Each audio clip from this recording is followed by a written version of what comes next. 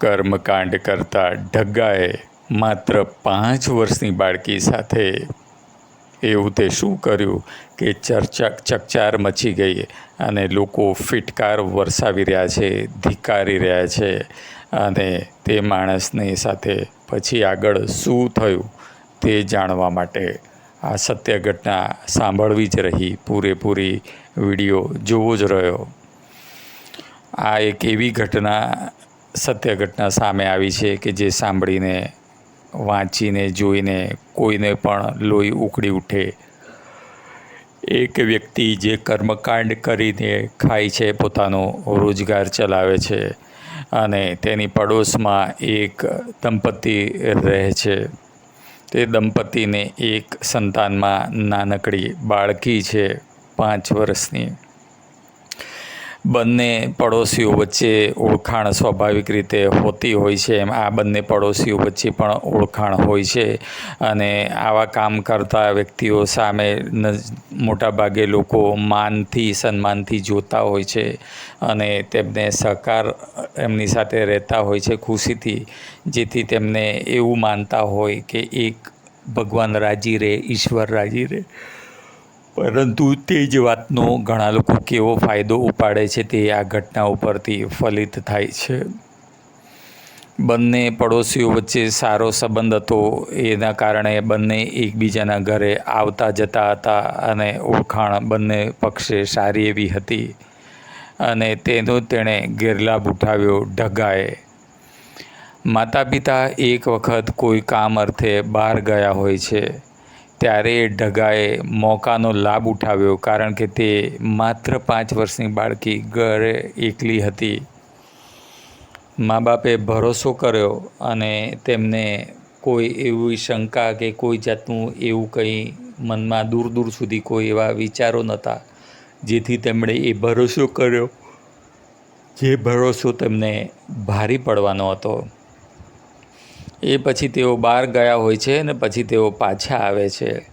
પાછા આવ્યા પછી અચાનક જ તેમની દીકરી તેમને અમુક વાત જણાવે છે અને તેમણે એવી રીતની વાત જણાવે છે કે તે સાંભળીને લાલઘૂમ થઈ જાય છે માતા પિતા અને તરત જ દોડીને જાય છે પોલીસ પાસે અને તમામ ઘટનાની હકીકત જણાવે છે. પોલીસે પણ કોઈ પણ વાતનો વિલંબ કર્યા વગર તરત જ મામલાની ગંભીરતાને જોતા તે કર્મકાંડીને દબોચી લે છે, પકડી લે છે અને તેની પૂછપરછમાં ચોંકાવનારી વિગતો બહાર આવે છે. તે નાલાયક વ્યક્તિએ જ્યારે આ મા બાપ બહાર ગયા હોય છે ત્યારે તેને ખબર પડે છે કે તે બાળકી એકલી જ છે અને તેણે તેનો મોકાનો ખોટો, બહુ જ ખરાબ રીતે લાભ ઉઠાવ્યો, ગેરલાભ ઉઠાવ્યો અને તેણે ખોટું કર્યું માત્ર 5 વર્ષની બાળકી સાથે, કે જે સાંભળીને કોઈનું પણ લોહી ઉકળી જાય અને જાણે કે ધરતીકંપ જેવી ઘટના બની જાય એવી આ વાત છે. તેણે તેવી રીતે કર્યું. એ પછી તે ચૂપચાપ ત્યાંથી રવાના થઈ જાય છે અને એ પછી જ્યારે મા બાપ આવે છે ત્યારે તે બાળકીએ પોતાના માતા પિતાને સમગ્ર ઘટનાની હકીકત જણાવી દીધી. તે સાંભળીને મા બાપ ખૂબ જ દુઃખી અને ક્રોધિત થઈ જાય છે અને તરત જ પછી પોલીસ પાસે દોડી જાય છે.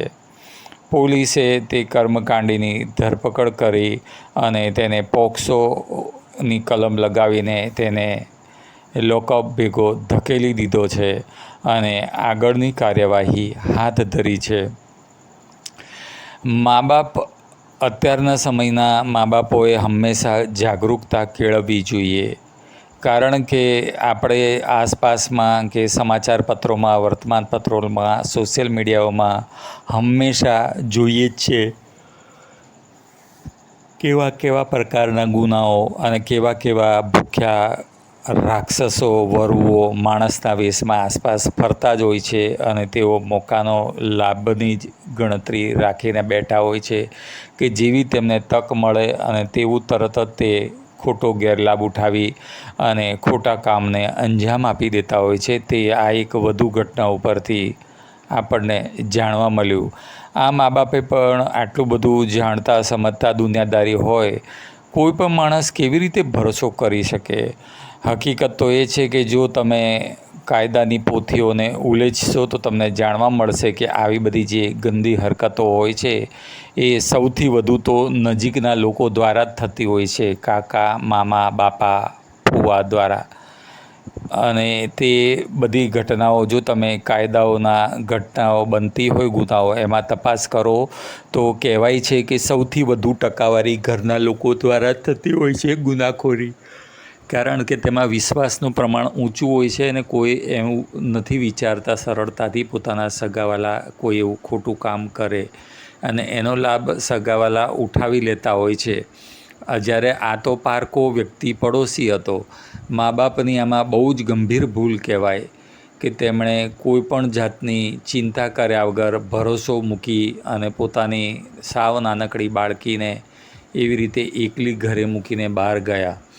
કારણ કે જ્યારે આવું બનતું હોય છે ત્યારે એ મોકાનો જ લાભ બેદરકારીનો ઉઠાવતા હોય છે રાક્ષસો અને નરાધમો. આપનું શું માનવું છે એ આપનું મંતવ્ય ઈચ્છનીય રહેશે. એટલે મા બાપ હોય કે કોઈ પણ વ્યક્તિ હોય તેમણે ઘરમાં નાનકડા બાળકો બાળકીઓ હોય કે પછી મોટી ઉંમરના હોય, પરંતુ એકલતાના મોખે ચડવા ન દેવા જોઈએ, હવાલે ન થવા દેવા જોઈએ. કારણ કે એકલા જ્યારે તેમને મૂકવામાં આવે કે છોડવામાં આવે તેવા સમયે આવી બધી ઘટનાઓનો લાભ અંજામ આપતા હોય છે આવા ગુનેગારો. એ ઉપરથી હંમેશા ધ્યાન રાખવું કે ક્યારેય પણ બાળકો બાળકીઓને એકલા મૂકવા નહીં, હંમેશા સાથે રાખવા. એમને ક્યાંય પણ કોઈ પણ અજાણી વ્યક્તિ તો શું પણ જાણીતી વ્યક્તિઓને ત્યાં પણ એકલા છોડવા નહીં, જેથી કરીને પછી પસ્તાવાનો વખત ન આવે. આપનું શું માનવું છે મિત્રો? કમેન્ટમાં જરૂરથી જણાવજો. આ કર્મકાંડીને શું સજા થવી જોઈએ? આપનું મંતવ્ય કોમેન્ટમાં જરૂરથી જણાવજો. અને વિડીયોને લાઈક કરજો, ચેનલ સબસ્ક્રાઈબ કરજો, કોમેન્ટમાં 2 શબ્દ જરૂરથી લખજો. જો તમે વિડીયોને લાઈક કરો છો, કોમેન્ટ કરો છો અને ચેનલ સબસ્ક્રાઈબ કરો છો તો વધુને વધુ લોકો સુધી આ પ્રમાણેના જાગૃતતાસભરના સમાચારો પહોંચે છે અને સમાજમાં વધુને વધુ લોકો સુધી જાગૃતતા ફેલાય છે અને ખોટી ઘટનાઓ કે દુર્ઘટનાઓનો ભોગ બનતા લોકો અટકે છે, સજાગતા ફેલાય છે, લોકોની આંખો ઉઘડે છે અને કોઈ પણ ખોટી વાત બનતા પહેલાં કોઈનો પણ બચાવ થઈ શકે છે. તો કૃપા કરીને વિડીયોને લાઈક કરજો, ચેનલ સબસ્ક્રાઈબ કરજો અને બેલ બટન દબાવવાનું ના ભૂલતા. કમેન્ટમાં કંઈ પણ 2 શબ્દ જરૂરથી લખજો અને આપનું મંતવ્ય પણ ચોક્કસથી જણાવજો. વિડીયો જોવા બદલ તમારો ખૂબ ખૂબ આભાર. ધન્યવાદ. નમસ્કાર. આપનો હર દિન હર ઘડી હર પળ શુભ રહે. આભાર.